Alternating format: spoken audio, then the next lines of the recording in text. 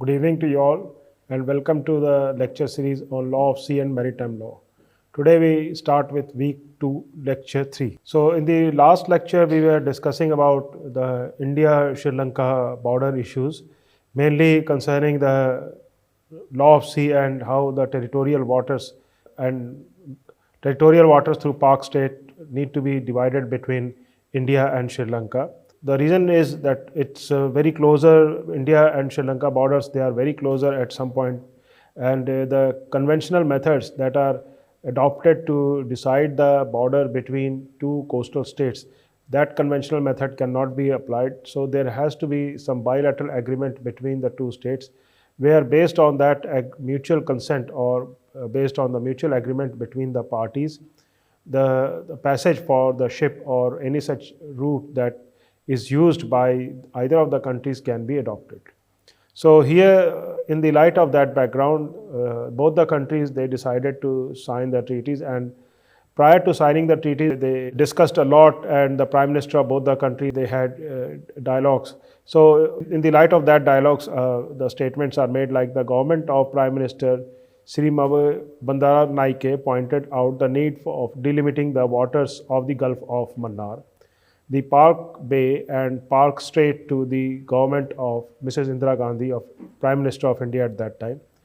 Both countries agreed to the proposition that in order to regulate the activities between the two countries, there should be formal demarcation of maritime boundary that is acceptable to each other. So it was like how we decide the maritime boundaries. The maritime boundaries here mean the territorial waters, that includes contiguous zone, and as are the boundaries decided by the international law. On the other hand, the overexploitation of resources in the Park Strait was also a concern highlighted by both governments. So usually we think that the boundaries are decided only for the passage of ship, but beside those rights, there are other rights given to the coastal states where they can use the natural resources that are available, and not simply the natural resources, or we can divide the natural resources both in the form of living natural resources and non-living natural resources. So living can be, for example, the aquatic life, that is fish and other living organisms, and non-living includes the mineral or the other precious elements that are available in the seawater. So on 15th January 1977, the Sri Lankan government formally declared Sri Lanka's side of maritime boundary. I would like to remind that this was not the dispute earlier when the Dutch, they were controlling. Reason being because the Sri Lankan side, they had adopted the 3 nautical mile rules, that is the Canon rules. So it was after the British people, they took control of all this area, and they wanted to extend the water area or the territorial waters from the Indian side. So they decided that the 3 nautical miles is not beneficial for them because of their requirement and also their urge to get maximum resources and maximum revenue out of all this area. So in the light of that, they always used to discuss about the extension of this 3 nautical miles. So that has led to a difference of opinion between the two nations. I would not use the term dispute here because it never went to that extent. The issues or the difference of opinion never went to that extent except for the litte. But both the parties realized their limitations, and they're ready to discuss and resolve it within the parameters of those limitations. On 15 January 1977, the Sri Lankan government formally declared Sri Lanka's side of maritime boundary. Kachahetu Island was left to Sri Lankan ownership as a result of this agreement. Now, we see here, this is Kachathivu Island. Actually, it is islets, not even a proper island. This was the question of right, whether it should go with India or whether it should go with Sri Lanka. Now, why it should go with India firstly, if we discuss it from that perspective? Because you see, if we take here the 12 nautical miles, then it's like this, 12 nautical miles, then again 12 nautical miles, that is contiguous zone. Then comes the exclusive economic zone that extends up to this exclusive economic zone area. So altogether it will be 200 nautical miles. Now, if India makes the claim up till 200 nautical miles, then it extends even beyond this. So that is not practically feasible in this area. So what we need to do then, we need to divide this water body between the two sides, like Sri Lankan sides and the Indian side. So therefore, if we divide it like this from here onwards, and although Kachatibu is somewhere, we cannot say that it altogether belongs to Sri Lanka if we draw the straight line. So it's like divided in between, okay, partly to India and partly to Sri Lanka. But it was from India's generosity that India gave entire Kachatibu to Sri Lanka. So that was the agreement between the two states. But then India also got some favor because the Indian ships, they can cross this Park Strait Bay area. Although both the ships, it's not only the Indian ships, and the Sri Lankan ships can commonly use this Park Strait area, and that has helped India a lot. Kachatibu is an islet. Islet is even smaller than island area. That lies about 15 miles northeast of Rameswaram and approximately 14 miles northwest of Delft Island within the territorial waters of Sri Lanka. So it is just a difference of 1 mile. It had been 15 miles, then we could have said that it's equally distance from India and equally distance from Sri Lanka. But if we divide Kachatibu in between, so if we say that it should go partly to India, partly to Sri Lanka, if we go by that median lines drawn between the two countries or the water body, then it would have been like that. But it was, as I stated, India's generosity that India gave entire islet to Sri Lanka. 14 miles southwest of Delft Island within the territorial waters of Sri Lanka.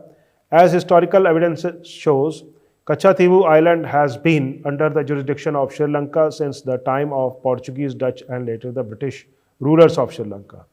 The issue of deciding Indian and Sri Lankan claims to Kachatibu was closely connected with determining the boundary line between India and Sri Lanka in the waters of Park Bay. You see here now it's how the exclusive economic zone is divided. So on the other side, like if we take this map, which is very important because we need to understand what is the demarcation between India and Sri Lanka in this regard. So here up till this point India has made its claim, and here you can see, although it's not 200 nautical miles zone, but up till this point it's Sri Lanka that has the claim, which includes both territorial waters, contiguous zone and exclusive economic zone area. That goes more than semicircle area up till here. But then the India has also its claim, so India takes this much of area. Now, one more thing, since India has given exclusive economic zone area of this, partly it has given its own area to Sri Lanka. So for that reason, India has taken the vertical position from this side. So from here onwards, it belongs to India. So India has larger share along this side, if you can see, from here onwards. But it intercepts with the Maldives exclusive economic zone. So this is Maldives, and this is India's exclusive economic zone. So from here on, it goes down to Indian side. So this was the more of a bilateral agreement where both the parties realizing the factual situation, and you cannot change the geographical position of your neighbors. So that is practicality. And the rules that are generally laid down by UNCLOS, they are not always practically applicable within the parties' rights. So it's advisable, and also it is even recommended by the UNCLOS that the parties may decide to settle the dispute amicably, and they may take into consideration the special circumstances or the historical factors when they are deciding the territorial boundaries, or we can say that when they are deciding the coastal boundaries between them. Now, Government of India and Sri Lanka reached a settlement on the boundary by considering the historical evidence and the famous non-aligned movement principle of peaceful coexistence. The issue has been concluded under the agreement signed by Government of India and Sri Lanka in 1974 and 1976. The 1976 agreement and the exchange of letters between the two countries have clearly laid down the fishing rights of both the countries. So far as the fishing rights are concerned, it is to both the sides. The only thing is that when Indian fishermen, they cross Kachatibu, so there the Sri Lankan Coast Guard, they apprehend them or they chase them. So that is the kind of contention often being raised. But that is not done always intentionally. It is sometimes because of the drift of the water that takes their boat in that direction, or that can be because of the tidal motion or the sea storm sometime that they are drifted in the Sri Lankan waters. So as it's very clear that the Sri Lankan waters and the Indian waters, it's very difficult to determine on how to draw the distinction when it's closer to Kachatibu area. But these allegations have been categorically denied by the Sri Lankan Navy. Next is the issue of Setu Samudran Canal. That was another very important issue between the two sides. Although it could not finalize, but we need to understand what basically Setu Samudran Canal. So here Indian government has made the proposal for constructing, let's say, actually widening the water area across the Park Strait. So they will since the Park Strait is very narrow and it is difficult for the Indian side to the movement of the ships, and mainly when those ships are the ships containing this natural gas or the ships containing the petroleum or we can say the oil. So in that case, they are quite risky. The movement of those ships across the Park Strait is quite risky. So one way is to widening of the Park Bay Strait area, which was a matter of dialogue between the two parties, but for some reasons they could not settle. So anyway, knowing that what India has follows as a maritime route in the light of this developments, we need to understand what was the proposed sea route, but what is the adopted sea route between the countries. So Sri Lanka's geographical proximity to India makes her an essential part of Indian security strategy, because we cannot ignore its relevance.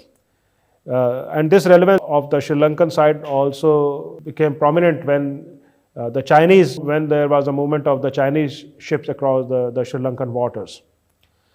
And as India and Sri Lanka, they have signed the bilateral agreement. So the movement of the Chinese ship across that area or the Sri Lankan waters without acknowledging the India's relevance was questionable. So here we discuss about the Setu Samudran Canal. Sri Lanka's geographical proximity to India makes her an essential part of India's security strategy. The location factor and Sri Lanka's strategic situation in relations to India is then the independent variable in Indo-Lanka relations. And to this is related the vast asymmetry in the size, population, and power of the two countries, making the dyadic relationship essentially that between a big power and a small power. So since the size of the two countries and the population, they are very disproportionate if we talk about the relation in the sense of interest. But it's not only confined to the economic interest, it's not only the military and the strategic interest, but Sri Lanka and India, they have been historically closer to each other. There are many things common in terms of the cultural reasons, and also the reliance of both the countries for security reasons cannot be ignored. Now here you see the route, the proposed route where this is the Park Bay area or the Park Strait, which is a narrow water lane. And it was proposed that this island, Channel Island, the archipelago area, there should be dismantling of this island area or let's say archipelago area, which will create the route right from Arabian Ocean directly to the Bay of Bengal. So this was the proposed, and since the consent of both the parties is required, the agreement with Sri Lanka to accept it. But on the Indian side, because of the religious reason also, because it is also termed as Rama Setu Bridge with this archipelago area. So that was another reason that the government took the back foot in this region. But we need to understand the geographical significance of all this area as such. So here the location factor and Sri Lanka's strategic situation in relation to India is then the independent variable in Indo-Lanka relations, and to this is related vast asymmetry in the size, population, and power of two countries, making the dyadic. Dyadic is the two parties, essentially that between a big power and the smaller power. As mentioned earlier, India does not have a continuous navigable route around the peninsula within her own territorial waters due to the presence of a shallow 1.5 to 3.5 depth ridge called Adams Bridge between Pambam Island and the southeastern coast of India and Talaimanar of Sri Lanka. Now, this Rama Setu Bridge is also termed as the Adams Bridge. So all this, I again get back to the map. So this is difficult for Indian ships to pass through this point. The better way could be if this is dismantled partly, but this cannot be dismantled only with the India's consideration. Both the sides has to give its consent. Consequently, the ships calling at ports on the east coast of India have to go around Sri Lanka, entailing an additional distance of more than 400 nautical miles and 36 hours of ship time. So what is the present situation? This is the proposed situation. The present situation is that the Indian ships, if they are coming from this Arabian Ocean, then they have to follow this route, and then crossing the Sri Lankan water, that takes them extra 400 nautical miles or extra 36-hour journey. Then they can enter the Bay of Bengal. Firstly, they will take the Indian Ocean route and then the Bay of Bengal. But if the proposed route is followed, then it will be like without entering the Indian Ocean, right from Arabian Ocean to Pak State, Gulf of Mannar, Pak State, and then to the Bay of Bengal. So you can imagine the distance, the difference of the distance they have to follow. This is the present route they are following. Before Setu Samudra, this is the route they are following. And this will be after Setu Samudran is constructed, or let's say this is agreeable and both the sides. So it won't be even beneficial, but it will be beneficial to other countries also that are trying to go to the Bangladesh waters or to this area of Myanmar. Let's say that if someone from Arabian Sea, here the Middle East countries or the Gulf countries, from here on they are willing to take this Bangladesh route or this Myanmar route. So presently they are following this route from Sri Lanka. They will cover entire Sri Lanka and then they enter here. But if there is a route from this Pak State or Pak area, Gulf of Mannar, then they will have to follow this route. So that is one of the strategic, let's say, challenge for both the countries. Sri Lanka understands and respects the circumvention between east and west coast of India exclusively within Indian territorial waters, has its defense implications. However, this project has impacts on Sri Lanka as well. One very important aspect is the security concern about the Sri Lanka also. And another very natural concern is whether that will create, or let's say that will put them in the more vulnerable situation when it comes to the challenges like tsunami. So maybe that those stone, which is also termed as Ramasetu Bridge or the Adams Bridge, whether that restricts the frequent tsunami occurrences or not. So it's very likely that if those stone bridges, which are existing from thousands of years, if they are dismantled, so it's very likely that the sea water that gets more and more, I would say here, that can take more rough route, and there are chances of frequent tsunamis. However, this project has impacts on Sri Lanka as well. Therefore, Sri Lankan experts raise concern over many issues over this project. A few of them are as follows. So what are the concerns of Sri Lanka? One is lack of cooperative dialogue between India and Sri Lanka on this issue. Actually, the lack of cooperative dialogue is reason being because both the countries have different kind of demands. India has different kind of demands, Sri Lanka has different kind of demands. And Sri Lanka, being smaller in size, feels itself more vulnerable, both from the military reasons and also because of the natural challenges like tsunami or other, let's say, the storms that are very frequent all across that region. So they think that that gets prevented because of the Adams Bridge. And Sri Lanka being smaller island, they will be more affected because of these natural challenges. A possible canal design which is environmentally safe. The proposed dumping areas for dredge spoil are very close to the maritime boundary, almost guaranteeing that an impact will be felt within the Sri Lankan water. So what things can be, there many ways can be disposed, or sometimes it can be the lethal waste that affects the Sri Lankan water. There are such chances, and there can be like collision between the tankers, oil carriers, that will lead to oil spill, and much of the oil spill, the effect of the oil spill will be very much felt by the Sri Lanka because it's a smaller in size and quite closer to that area. So Sri Lanka, it's fisheries and the aquatic life. So that is also another reason why the Sri Lankan side, they are quite skeptical about it. Next is to initiate a collaborative defense strategy for the Pak area. There has to be either a collaborative defense strategy where both Indian Coast Guards and the Sri Lankan coast coast guards, they are patrolling that area and keeping in mind that there is no external infiltration outside these two countries. And it's not simply these two countries, there was a mistrust between the countries because of the Litte also, so that has also led to the back foot from the Sri Lankan side. Concerns over the impact on commercial hub status of the ports of Colombo, the dangers of spilling oil in case of leaks from ships. Now, what is the conclusion in the case of the boundary division between India and Sri Lanka and how it has been settled?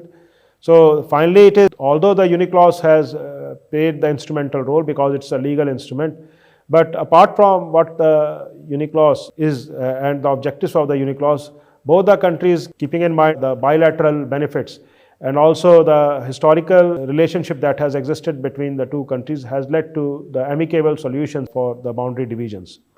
So the governments that share maritime boundaries have a prime obligation in maintaining good governance at sea to manage the risk posed by terrorists. No individual country will have sufficient power at its disposal to deal with all cross-border evils. Therefore, cooperation between countries that share maritime borders must also address the boundary challenges while safeguarding their national interest. In this maritime boundary issue, both India and Sri Lanka have acted in a friendly and cooperative manner by resolving problems through diplomatic channels. So, as stated, both the parties, they have made the bilateral treaty, and based on that bilateral treaty, the agreement has been reached, and they have settled their boundary issues. Now comes another important aspect, like we were still we are in the continuation of deciding the boundaries between the states. And there are various terrains or the various methods adopted, keeping in mind the different kind of baseline or different kind of the land mass that ends before the coastline starts.